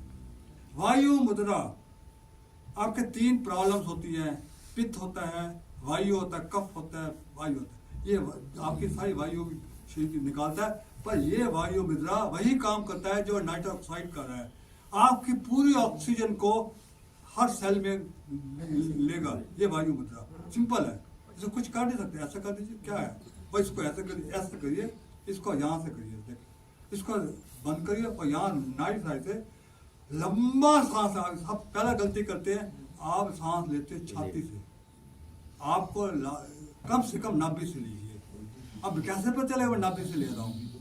आप अज्यूम कर रहे हो ना, आप कोई नाप थोड़ा रहे हो। तो उसका एक तरीका है, मैं आज बता रहा हूँ कि आप 5 गिनना, तो 5 गिनने से आपका नाभि से ही आ जाएगा। 5 5 1 5 5 1 5, मतलब 5 1 5। मैं जब करूँगा, खींचूगा 1 2 3 4 5, मतलब आपने ले गया पूरी एंड तक ले गया, आपने नाभि से खींचे एंड तक 5 गिनना, फिर 1 सेकंड रोकना, फिर आप छोड़ोगे, ये 1 2 3 4 5 आपका नाभि तक अपने आप पहुंच जाएगा। फिर यहाँ से लेना, फिर 5 गिनना, फिर 1 स्टॉप करना, और फिर 5 गिनना यहाँ तक। ये 1 राउंड है, ये 1 राउंड है। 1 राउंड क्या हुआ, यहाँ से गए, यहाँ गए, यहाँ से यहाँ। अब मैं बताता हूँ कि प्राणायाम का मतलब क्या। सब लोग बोलते प्राणायाम है, प्राणायाम मतलब, प्राणायाम का कुछ तो मतलब होगा। प्राणायाम का मतलब है प्राणों को, ब्रेथ को कंट्रोल करना। कंट्रोल किसके द्वारा करूं, क्या करूं? आयाम के द्वारा करूं। What is ayam? Ayam is the distance between inhale and exhale. आप ब्रेथ ले रहे हो यहाँ से, ये 5 गिनना, इज 1 आयाम। डिस्टेंस बिटवीन, ये यहाँ आपने खत्म हो गई, यहाँ आपने फिर एक्सेल शुरू किया, तो 1 आयाम, 2 आयाम, 3 आयाम, 4 आयाम, तो मतलब 1 राउंड में 4 आयाम आए। ठीक है, आया नहीं। 4 आयाम में कितना टाइम लगा? 20 सेकंड। तो एक आयाम 5 सेकंड का था। अगर आपने 3 राउंड किए तो आपके कितने हो गए? 12 आयाम। मतलब है 1 मिनट में 12 पंजे 60, 1 मिनट में आपने 12 ब्रेथ ली। ये 12 ब्रेथ से ज्यादा नहीं लेनी। आप जो अनुलोम विलोम करते हो ज्यादा 15, 20, 25 करते हो, यहाँ से नहीं है, छोड़ दिया, जहाँ से छोड़ दिया। This is not a anulom vilom, this is not a anulom vilom, ये मजाक है, नॉट अनुलोम विलोम। तो इसका फायदा बताता हूँ आपको। आप रोंगटे खड़े हो जाएंगे, फायदा हो जाएगा, मालूम हो जाएगा। जितने आपकी ब्रेथ डीप एंड लॉन्ग होगी, डीप एंड लॉन्ग होगी, आपकी आप 6 गिनोगे तो 10 हो जाएगा। ठीक है। आप करते करते करते, मैं एक किताब पढ़ी थी, ब्यूटीफुल बुक है, स्वामी राम और हिमालयास, नाम सुना होगा उनका। वो हिमालय में ये अनुलोम विलोम करते थे और वो 4-3 तक ले जाते थे। पहले तो उन्होंने किया, यहां से स्टार्ट किया। कहां से स्टार्ट किया? रूट चक्र से क्राउन चक्र, क्राउन चक्र से रूट चक्र, क्राउन, ये एक्जैक्टली यही है आयाम। तो मैंने नाभि से बोल रहा हूँ तो स्टार्ट। तो वो 6-5 से नीचे जाते थे। शेर उनके सामने नचते हुए, शेर बिल्कुल धीमे पड़ जाते थे। उतना स्ट्रांग उनकी वाइब्रेशन होती थी करने से, उतना मैं इतना काम डाउन हो जाता था। शेर वहां पर हाथ जोड़ देता, उनके साथ खेलता था। ये उनकी किताबों में लिखा हुआ है। ये है आपका। और हमारे योगी जो पुराने होते थे, अनुलोम विलोम में तो सालों साल जीते थे। कितना आप लंबा करेंगे, खींचेंगे, उतना आपकी आयु ज्यादा होगी। जितना आप गुस्सा होगे, जल्दी जल्दी सांस छोड़ेंगे, आपकी आयु उतनी घटेगी। ठीक है।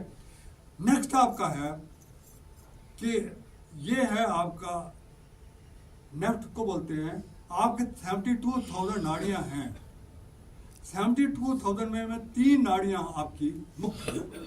ये ईदा, पिंगला, और एक होती है सुषुम्ना नाड़ी, जो हमारे सेंटर से जाती है, आपके बैकबोन के सेंटर से जाती है।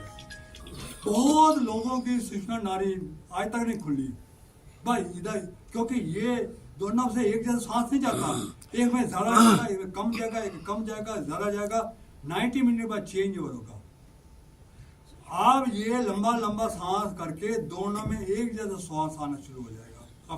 काफी टाइम, काफी प्रैक्टिस के बाद जब दोनों में एक जैसा सांस आना शुरू हो जाएगा, मैक्सिमम अमाउंट ऑफ आपका ऑक्सीजन जाएगा ब्रेन में, और आपका सुषुम्ना नाड़ी खुल जाएगी। नीचे से खुलती है, क्योंकि आपने स्टार्ट किया वो नीचे से, जब खुल जाएगी तो सुषुम्ना नाड़ी में जब प्रवाह करेगा, आप पूरे ध्यान में चले जाएंगे। आपको पता नहीं है ध्यान में कैसे जाते हैं लोग कहते हैं मैं भगवान का नाम लेता हूँ, ध्यान में कैसे जाऊं? कहने से नहीं, ध्यान में जाना, अपने आप जाना पड़ता है। जब आप लंबी लंबी सांसों से करेंगे, और तब आपका ये लेफ्ट ब्रेन और राइट ब्रेन इक्वलाइज हो जाएगा। इक्वलाइज होगा तो आपके न्यूरॉन्स मैक्सिमम स्ट्रांग तब होते हैं जब अल्फा वेव आ जाती है। अल्फा वेव होती है जब लेफ्ट ब्रेन और राइट ब्रेन इक्वलाइज हो जाते हैं। उसको अल्फा लेवल बोलते हैं, और 7 to 12 होता है। अल्फा लेवल में आपका ध्यान में चले जाते हो आप, सुषुम्ना नाड़ी खुल जाती है, और आपका नेक्स्ट है ध्यान। आपका ध्यान सिर्फ सांसों पर होना चाहिए। मैं क्यों बात कर 5 जो गिनती करा रहा हूं कि आप गिनती की तरफ जाएं, नहीं तो ध्यान में क्या बनाना है, किसको मिलूंगा, क्या काम है, ये प्राणायाम है। आप मजाक कर रहे हो, क्या कर रहे हो? आप जब तक सांसों से नहीं जुड़ोगे, आप विचारों से मुक्ति नहीं पा सकते। विचारों से मुक्ति ही मेडिटेशन है। विचारों को डिप्लीट करना। जब आपका ध्यान सांसों की तरफ होगा तो विचार अपने आप डिप्लीट होंगे, क्योंकि बाहर से विचार आने बंद हो जाएंगे। जब ये स्टेज आ जाती है तो आप मेडिटेशन में बैठ जाते हो, और मेडिटेशन जब बैठते हो तो आप परमात्मा का अनुभव करते हो। ये है प्राण प्रतिष्ठा, स्वयं की प्राण प्रतिष्ठा। अभी आपने 22 जनवरी की प्राण प्रतिष्ठा देखी, व्हाट इज प्राण प्रतिष्ठा? प्राण प्रतिष्ठा है कि भगवान राम की मूर्ति में भगवान राम को भी स्थापित करो। स्थापित कर। ठीक है, ये बहुत लोगों ने बोला भगवान राम को स्थापित करो उनकी मूर्ति में। अभी तक तो मूर्ति बाहर थी, तब तक उसका कोई वैल्यू नहीं है। वैल्यू तब आएगी जब भगवान राम खुद उसके अंदर विराजमान होंगे। आप भगवान राम को अपने अंदर विराजमान करिए, ध्यान में जाइए और भूल जाइए। जब ध्यान में चले जाओगे बीएमआर मुक्त हो जाते हैं पूरे ध्यान में। बॉडी माइंड इंटेलेक्ट, ये ना बॉडी साथ अटैच है ना माइंड के अटैच हो, इंटेलेक्ट इस पर ध्यान में जाते हो। ये प्राण प्रतिष्ठा में परमात्मा खुद आपके अंदर आएगा। आप अंदर, आपके अंदर की प्रतिष्ठा कीजिए, अंदर करिए, प्राण प्रतिष्ठा करिए। ठीक है, और ऐसा करने से आपके न्यूरॉन्स अगर ध्यान से बाहर आ जाते हो तो आपके ब्रेन इतने स्ट्रांग हो जाएंगे, इतनी मेमोरी शार्प हो जाएगी कि उसमें ही आपका ब्रेन जब बाहर आ जाएंगे, आप काम करने लग जाओगे। आप समझोगे आप किताब उल्टा पढ़ना शुरू कर देंगे। स्वामी विवेकानंद जब गए थे, आपके कनाडा गए थे, वो लाइब्रेरी में जाते थे, 10 किताबें ले जाते थे और पढ़ कर देते थे। लाइब्रेरी कहते आप पढ़ ली, कहते एक पढ़ कर सुनाओ, मैं ये पेज है, मैं पढ़ लिया कि मैं बैग से पढ़ लेते थे। इतना उनका शार्प मेमोरी थी, इतनी शार्प मेमोरी थी स्वामी विवेकानंद की। तो आपकी मेमोरी शार्प होगी क्योंकि वो ध्यान में बैठते थे। अब ध्यान में बैठकर अपनी मेमोरी शार्प करोगे, ये मैंने बताया। और उसके बाद भस्त्रिका आप कर सके तो करिए, ये पहले मैंने बता दिया। अब मैं बताता हूँ आपको, अब इंडिविजुअल बताता हूँ ईयर एक्सरसाइज। आप जिनको ईयर की प्रॉब्लम है वो इसको ये करें 2 मिनट। इससे क्या फायदा होगा? 2 फायदे हैं। एक तो मसल स्ट्रांग हो गए और यहाँ एक लिम्फ होता है, lymph LYMPH, lymph fluid. Lymph fluid अगर सुना हुआ है, ये लिम्फ फ्लूइड आपका बैक्टीरिया नाशक है, आपके मसल को स्ट्रांग करता है। तो ये सारा लिम्फ फ्लूइड आपके कान को स्ट्रांग करेगा, मसल को स्ट्रांग करेगा। जिनको तो आप बैठ जाइए, थोड़ा सा बैठ कर देखिए। आप बताता हूँ, जिन आज मारने में आपने डॉक्टर थे, ज्वाइंट प्रॉब्लम जिनको थी, लोगों ने अटेंड किया होगा। नहीं, जिनको नहीं थी उन्होंने भी अटेंड किया। जिन्होंने नहीं किया उन्होंने अटेंड किया। आज मैं आपको ज्वाइंट प्रॉब्लम की एक एक्सरसाइज बताता हूँ। मैं शर्तिया कह रहा हूँ, अगर आप उसको करोगे आपका ज्वाइंट प्रॉब्लम का होगी ही नहीं। और वो लोग बड़े कम करते हैं। वो लिम्फ को, यहाँ लिम्फ है पूरा भरा हुआ आपके पैरों के नीचे, इसको यहाँ तक ले आना है। करके बताओ, आपको यहाँ तक ले आना है। करके बताओ। मैं करके बताता हूँ, देखिए वो करके बताता हूँ। देखिए ये लिम्फ है, इसको क्या करना है,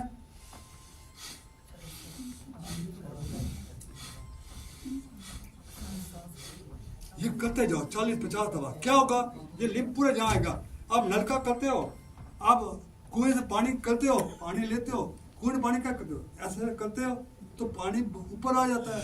तो आप लिम्फ के लिए आपको पंप खुद तैयार करना है। ब्लड के लिए तो है, हार्ट है ब्लड को सर्कुलेट करता, पर लिम्फ के लिए कोई पंप नहीं है।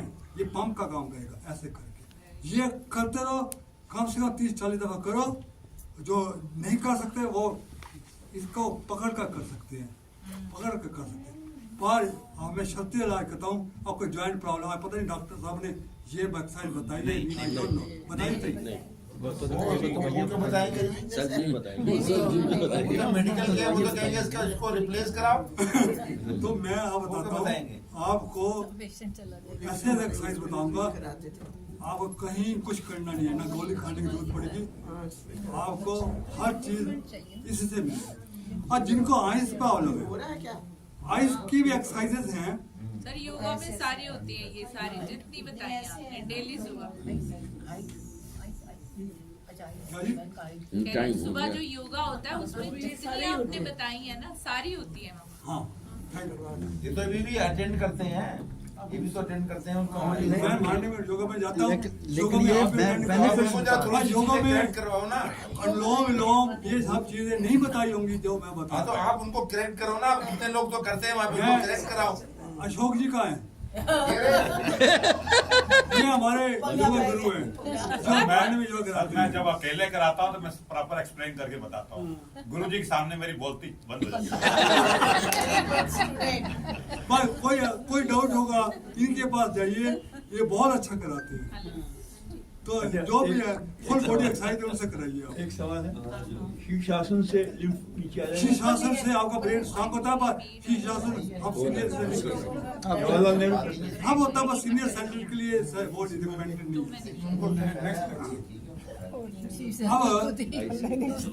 अब आइज के लिए आइज एक्सरसाइजेज, आइज की एक्सरसाइजेज हैं। तो मैं कर रहा हूँ। आंखों को ऊपर करो, फिर मैंने कहा नीचे करो, चल रहा तो खुद चली। फिर दाएं करो, बाएं करो, इसको ले जाओ, थोड़ी देर रखो, यहाँ रखो, थोड़ी देर रखिए, फिर गोल गोल घुमाओ, ऐसा घुमाओ। और आइज की जिसको प्रॉब्लम है, एक्सरसाइजेज के बाद जो आपने खाना है, आज बता रहा हूँ ओमेगा 3 आइज के लिए बड़ा अच्छा है। किसमें होता है? च्यवनप्राश अगर नहीं मिलता, च्यवनप्राश आएगा, आज का आपको आंवला आ रहा है, उसको उबाल कर खाइए। बाजार आंवला बहुत अच्छा है आइस के लिए। त्रिफला चूरन खाइए, त्रिफला चूरन डाबर का आता है, आधा चम्मच सवेरे पानी में डालो, लस्सी में डालो, किसी में हिमालय का भी डालो, आता है। शाम को त्रिफला चूरन। या सौंफ बड़ा अच्छा है आंखों के लिए, वो लीजिए सौंफ मिक्स। थायराइड जिनको प्रॉब्लम है, थायराइड के बाद थायराइड प्रॉब्लम है, आपका मेटाबॉलिज्म नहीं हो पा रहा, आपका पूरा टायर्डनेस फील हो रही है, वो थायराइड की वजह से है। थायराइड थोड़ा एक्सरसाइज करिए या उजाई प्राणायाम करिए या सिंहनाद करिए, ये करने से आपका थायराइड प्रॉब्लम दूर हो जाएगा। उजाई प्रॉब्लम आता है या उजाई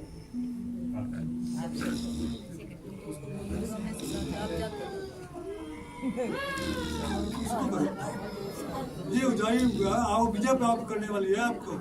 जिसने इसको कर लिया, आपका थायराइड की प्रॉब्लम नील हो जाएगी, गोली खाना बंद कर दो।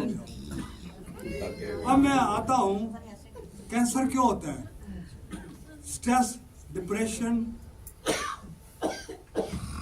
क्या हो रहा है कि आपका ऑक्सीजन नहीं आती। एक डॉक्टर ने कहा कि मेरा 18 साल के बच्चे को उसका ट्यूमर हो गया था। कहाँ हुआ था? हार्ट में ट्यूमर हो गया था। हार्ट में ट्यूमर हुआ 18 साल के बच्चे को। कैसे हुआ? कहता जो आपकी नव आ रही थी, कहाँ से आ रही थी? बैकबोन से आ रही थी, उससे प्रॉपर आपको ऑक्सीजन नहीं सप्लाई आ रही थी, उसकी वजह से इसका ट्यूमर हो गया। इसके और बड़े रीजन है, बैक्टीरिया प्रॉब्लम है, और उसके होते हैं अल्कोहल सेवन करो, लैक ऑफ एक्सरसाइजेस करो, तो इस वजह से आपका कैंसर होने के टेस्ट में हो, डिप्रेशन में हो, तो ये सारा कैंसर। अब मैं ये करा रहा हूँ, इस बार स्ट्रेस भी दूर हो जाएगा, डिप्रेशन भी दूर हो जाएगा। अब मैं डाइट पर आता हूँ, जो बहुत स्ट्रांग है कि ये सारा करने से जो बहुत इम्पॉर्टेंट टॉपिक है डाइट के ऊपर। डाइट का क्या डाइट खाएं ताकि हमारे न्यूरॉन स्ट्रांग रहें। पहला जो डाइट को खराब करने वाला है, आपको डाइट नहीं खानी चाहिए, harmful diet, all fast foods. याद करो, burgers, pizza, French fries, chips, processed containing foods such as canned and frozen food extra are very harmful and damage the brain cells, as these contain monosodium glutamate। ये डालते हैं as food additive enhancer की डालते हैं, ये जो है आपके ब्रेन सेल को खा जाएगा। इसलिए फास्ट फूड खाना बंद कर दो। फास्ट फूड वाले खुद ही बोलते हैं ना खाओ, और फिर लोग फास्ट फूड खाते हैं। और दूसरा, सॉफ्ट ड्रिंक्स भी कम करो। soft drinks are extremely toxic because appearance of phosphoric acid. Apart from this, it contains common preservative known as sodium benzoate. ये कोका कोला ये इनको बहुत कम करो। नींबू पानी पीजिए पर इनको कम नारियल करो। पानी। हैं? नारियल पानी। नारियल पानी पीजिए, नींबू पानी पीजिए, पर कोका कोला वगैरह इनको बंद कर दो। Excess number of hard drinks should be avoided because hard drink is poisonous to the brain. अब मैं एक और बताता हूँ जो आप ऑयल यूज करते हो, ऑयल यूज करते हो, ऑयल को बार बार यूज करना, उसे गर्म करो फिर डालो, फिर गर्म करो फिर डालो। अब ये कौन करता है? जो जलेबी करते हैं, जो समोसा बनाते हैं। आप बैठ के कहता समोसा है, समोसा को पता नहीं है कितनी दफा उसको गर्म किया, कितना उसकी बार उसको यूज करते हैं, बार बार यूज करना, बार बार जलेबी डालना, ये आपके ब्रेन सेल को इतनी डैमेज करते हैं। और इसके बाद की हार्मफुल इफेक्ट बताता हूँ। और देसी घी और भी डालो। इसीलिए आपने समोसा बंद कर दिया। प्लीज प्लीज अगर घी यूज कर दिया करने दीजिए, उसके बाद तो आप घर में जो खाना बनाते हैं तो घर में तो उतना तेल लीजिए जितना आपकी सब्जी बनानी है, कल के लिए मत रखिए, फिर कल वही यूज होगा, परसों वो मत करिए, इतना आप कर सकते हो। अब कैंटीन से पूछ लीजिए क्या करते हैं वो, आप you can find out what they do, वो आप फाइंड कर। और सबसे important over cooked, over ripe, एक सब्जी को बार बार गरम करना, बार बार गरम करना, एक सब्जी को 2 दिन रखना, 3 दिन रखना, उसको यूज करना, over cooked, over ripe, stale, impure और माइक्रोवेव में बनाना, दीज आर मोस्ट हार्मफुल। आप खाना बनाओ, कल तक खत्म कर दो, माँ ने रात का माँ ने खत्म कर, फिर उसी को गर्म करोगे। क्यों आप बताता हूँ आपको, आगे फंडामेंटल बताता हूँ। ये सारे के सारे फ्री रेडिकल्स बनाते हैं, एक तो ब्रेन सेल खराब करते हैं, फिर ये फ्री रेडिकल्स बना रहे हैं। फ्री रेडिकल्स क्या होते हैं कि जो ऑक्सीजन, मैंने तो एक्सरसाइज बनाई है, इससे ऑक्सीजन खा लेंगे। अब एक्सरसाइज किए जा रहे हैं, ऑक्सीजन अंदर ले रहे हैं, ये ऑक्सीजन को कंज्यूम कर रहे हैं, और ऑक्सीजन को खाकर ये फैट बनाते हैं, और फैट कहा जाता है LDL और ट्राइग्लिसराइड। आपके आर्टरीज में ये जो आप मैं बताता हूँ LDL फैट्स बनते हैं फ्री रेडिकल से, फ्री रेडिकल ऑक्सीजन के साथ करते हैं। तो ये आप ध्यान रखिएगा कि आप फ्री इन बार बार करने से ये फ्री रेडिकल बनाते हैं। ये जो पहले वाले जूस्ड ऑयल होता है, बार बार जो ऑयल यूज करते हैं, ये फ्री रेडिकल बनाते हैं। और तीसरा, ये एंजाइम्स को खाते हैं। अब मैं बताता हूँ एंजाइम्स क्या है जिंदगी में आपके, और एंजाइम्स का क्या रोल है। एंजाइम्स जो आप खाना बनाते हो, जो आप हेल्दी खाना बनाते हो, बार बार पहले तो आपको कुक करोगे तो आधे एंजाइम मर जाते हैं, ठीक है। अब बार बार उसको करोगे तो बच्चे खुचे एंजाइम्स खत्म हो जाएंगे, उसके फाइबरलेस हो जाएगा। अब वो खाना आप खा रहे हैं, ना उसमें फाइबर्स हैं, ना वो उसमें कोई विटामिन हैं, कुछ भी नहीं है, वो पेट भर रहे हो, और पेट भरकर क्या होगा, ये अब कोलन में चला जाएगा। देखा, इसे बचना तो है, कोलन में चलेगा, कोलन में जाकर ये, क्योंकि ये फाइबरलेस है। फाइबर आपके लिए क्या होते हैं कि आपका जो स्टूल वगैरह है, इसको अंदर खींचना, बाहर खींच, तो यहाँ फंस जाएगा, तो आप बीमारी हो जाएगी, मुझे कब्ज हो गया, मुझे ये हो गया, वो हो गया, तो दुनिया भर की बीमारियां इसमें आ जाएंगी। एंजाइम्स कहाँ से आते हैं? आपके एंजाइम्स होते हैं फ्रूट से आते हैं, एंजाइम्स होती है रॉ वेजिटेबल से आते हैं। तो आपको क्या करना है, फ्रूट खाइए जितना खा सकते हो, इसमें लिविंग एंजाइम्स हैं। आपको एंजाइम चाहिए कहाँ यूज होते हैं? आपके एंजाइम्स होते हैं जब आप खाना स्मॉल इंटेस्टाइन में जाता है, तब पैनक्रिया से एंजाइम्स आते हैं, उसको छोटे टुकड़े बनाता है, और वो आपको मैश होकर आर्टरीज के द्वारा फिर आपका आर्टरीज में चला जाता है। ब्लड उनको लेकर पंप के सेक्शन में देता है, पंप उसको लेकर आर्टिस्ट में देता है। तो ये कहाँ आता है? तो यहाँ आपका जो खाना खाते हो उसको ये मैच करता है एंजाइम्स। आपके एंजाइम इतने होने चाहिए, इनको मैच करके भी इसे डबल एंजाइम होने चाहिए, बिकॉज ये एंजाइम आपके शरीर के हर पोर्शन में, चाहे आपका लीवर हो, चाहे आपका हार्ट हो, सबकी ग्रोथ सिर्फ एंजाइम्स ही करते हैं। इसको बोलते हैं बॉडी बिल्डर। ये आपके मसल को स्ट्रांग करता है, स्ट्रांग टीथ करता है, आई साइड को स्ट्रांग करते हैं, बोन को रिपेयर करता है, शरीर के एक एक अंग को अगर बनाता है तो एंजाइम बनाते हैं। अगर एंजाइम ही नहीं है तो कहते हैं जी, अब मैं और बता रहा हूँ आपको, मैंने बोला था कि ब्रेन प्लेयर केमिकल निकलते हैं, पर प्लेयर केमिकल निकलते हैं, सही है निकलते हैं, पर अंदर कोई फैक्ट्री तो नहीं लगी हुई ना। अंदर फैक्ट्री लगा रखी है कि आपने डोपामाइन निकलता गया, अंदर कोई फैक्ट्री तो नहीं है ना। ये तो आपके एंजाइम्स हैं जो आप खाओगे, जो विटामिन खाओगे, मिनरल खाओगे, इनसे ही आपके ये ब्रेन में जाएंगे।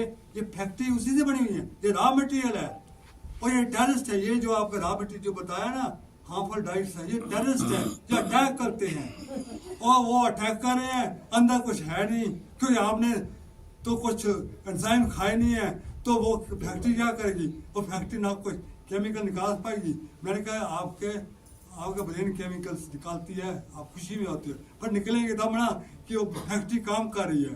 फैक्ट्री नहीं काम कर रही तो क्या फायदा? ठीक है ना, कोई एंजाइम के अंदर फैक्ट्री थोड़ी लगी हुई है कि वो बजाय एंजाइम निकालता जाएगा, पैनक्रियास वो खाते जाओगे। भाई करना तो आपको ही है ना, आपको तो आपका तभी आपको खाना वो खाओ जो पच जाए, वो मैं बाद में बताऊंगा इसका। तो अब मैं बताता हूँ आपका खाने में क्या खाना है। आपका नट्स खाओ, वॉलनट्स और बादाम, वंडरफुल फॉर योर ब्रेन। इसको रात को भिगोगा फिर खाओ। ओमेगा 3 खाओ, वंडरफुल फॉर ब्रेन।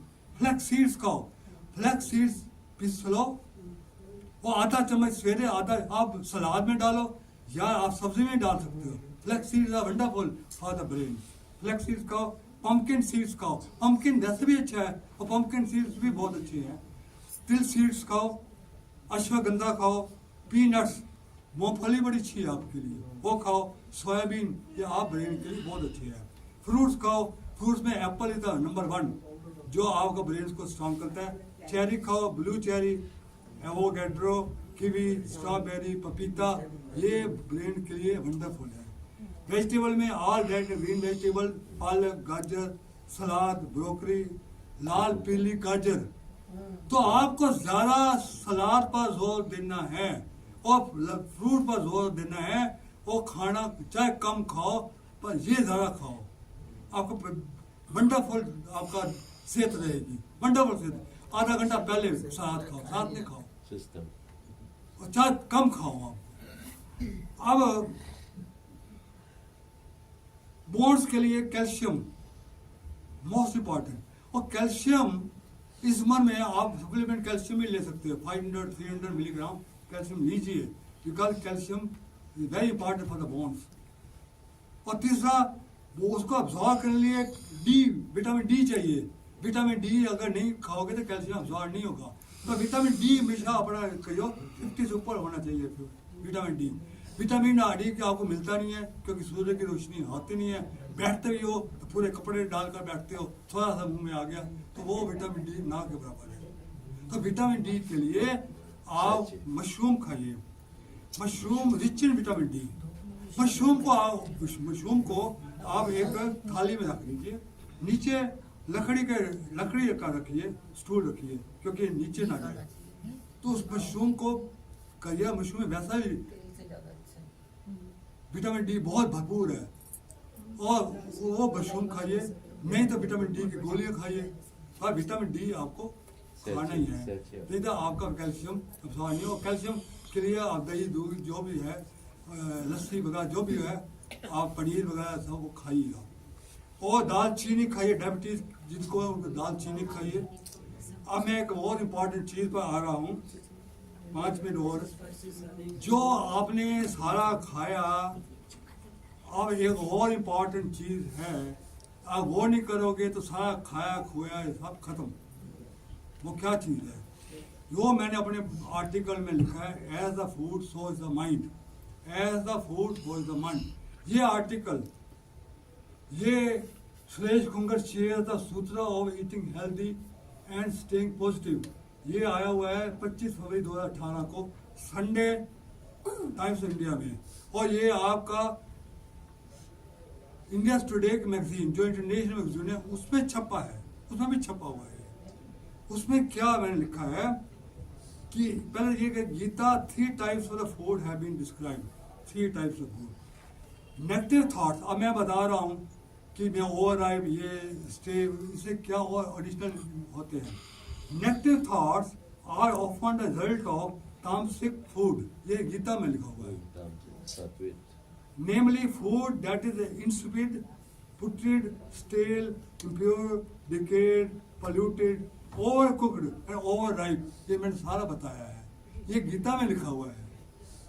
इससे फ्री रेडिकल वो तो होते ही होते हैं, तो आपके थॉट्स नेगेटिव चले जाते हैं, और फिर थॉट नेगेटिव हो गए तो फिर तो सब कुछ ही गड़बड़, सारे ब्रेन न्यूज खत्म। तो पहले तो ये करिए।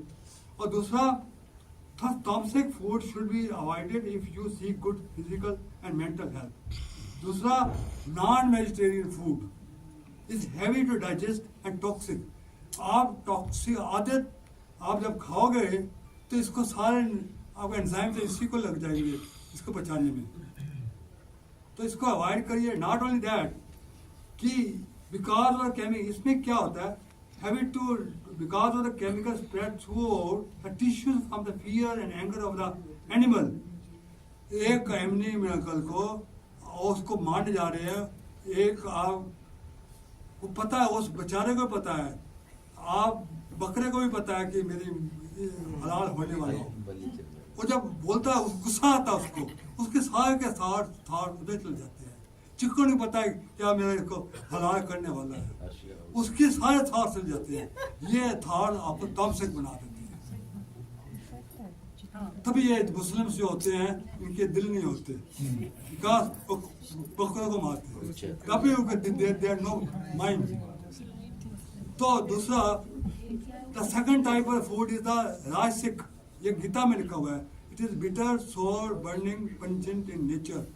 कम मसाले वाली चीजें, कम मिर्च वाली, कम अचार ये वगैरह जो पंजेंट हो, ये कम खाओ, खाओ पर कम खाओ। ये राजसिक फूड है।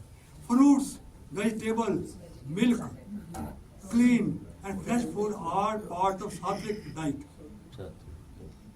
ठीक है। अब मैं एक बताना जो ये मिल्क भी है, आप गाय का मिल्क लोगे तो वंडरफुल है, और गाय का घी भी वंडरफुल है, वो आप खा सकते हैं, गाय का हो। Sattvic food such as positive thoughts to the mind and endorse a person with a sattvic temperament. As a consequence, it promotes health, joy and cheerfulness. ये तो one aspect है। और second aspect में जो आ रहा हूँ, normally when we consume food, we focus is only at the physical portion, not the soul portion. आप इतना सात्विक फूड भी खा रहे हैं, आप बादाम भी खा रहे हैं, आप अखरोट भी खा रहे हैं, पंपकिन भी खा रहे हैं, सब कुछ खा रहे हैं ना, but that is not enough. ठीक, 5 मिनट 10 मिनट, वो क्या होता है, आपके थॉट्स और जो खाना बना रहा है उसके thoughts they playing very vital role. आप, मैं बता रहा हूँ, ये है soul part. You are only aiming at the physical portion. मैंने क्या लिखा है, the subtle portion consist of 3 parts. Subtle portion, the first contains the thoughts under which the food was prepared. अब खाना बना रही थी एक मेड, मैं बता बिल्कुल मेड बना रही थी खाना, ओके। अब वो मालिक मकान को रात को सपना आता कि मेरा जो घर है, गुंडे आए हैं, इसमें साइन करो, खाली कर दो घर। वो भाई घबरा उठ जाता था। फिर दूसरे दिन मैं फिर वार्निंग आ जाती थी।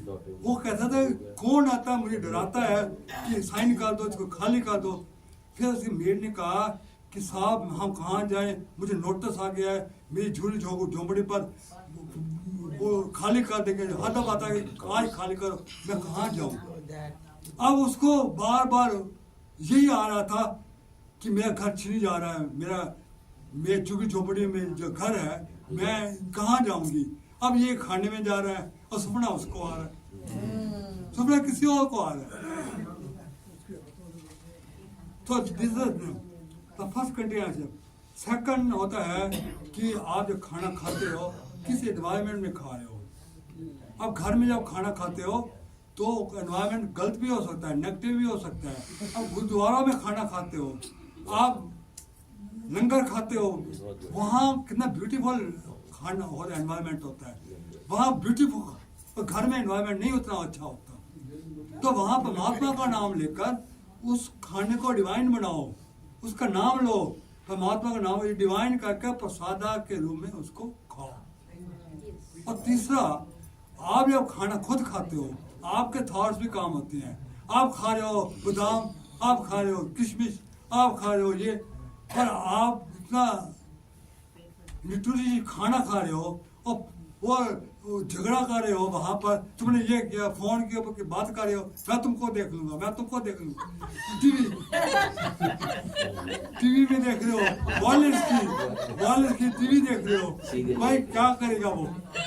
अब इतना पौष्टिक खाना वो क्या करेगा, वो पौष्टिक खाना ज़्यादा हो जाता वो। तो मैंने इसमें लिखा है the third part of the small portion of the food contains the thoughts of the person while taking the meal. The food is eaten with the thought of hatred, envy, jealousy, and anger. He loses the effectiveness. Discussing problems while eating depletes the mind. Therefore, food should be taken in silence, remembering God in a loving manner with positive affirmation, which will get manifested in the subconscious mind. But most importantly, don't forget to thank God for your daily meal. अब यहाँ एक question आता है कि मेरे thought जाते हैं, कैसे जाते हैं, पर जाते हैं तो फिर निकलते कैसे हैं। कि हर एक माइंड में होगा कि थॉट चले तो गए खाने में और बोल दिया, मान लिया चले गए, अब ये निकले कैसे। इसके बाद मैंने आर्टिकल में स्टार्टिंग में ये कहा है, ये चंदोग्या उपनिषद से मैंने लिया हुआ है। ये when the curd is churned, its final element rise and transferred into butter. Likewise, the food is eaten, its subtle parts move up to constitute the state of mind. जब आप लस्सी को करते हो तो मक्खन पर आता है ना, ऐसे ही आप खाने में आपके नेगेटिव थॉट आ गए। और चर्न कहाँ होता है, स्मॉल इंटेस्टाइन्स में एंजाइम को चर्न करते हैं, चर्न करता है ना, वो चर्न करता तभी तो बढ़ के वहाँ चर्न होगा, थॉट निकल जाते हैं, थॉट पोर्शन अलग हो जाता है, वो माइंड में चला जाता है। आपने पौष्टिक खाना खाया, उस पर जहर आ गई, तो उसके इफेक्ट क्या हो गया वो आप ही जान सकते हैं। Thank you very much for today. और ये भी मैं डाल दूंगा तो आप इसको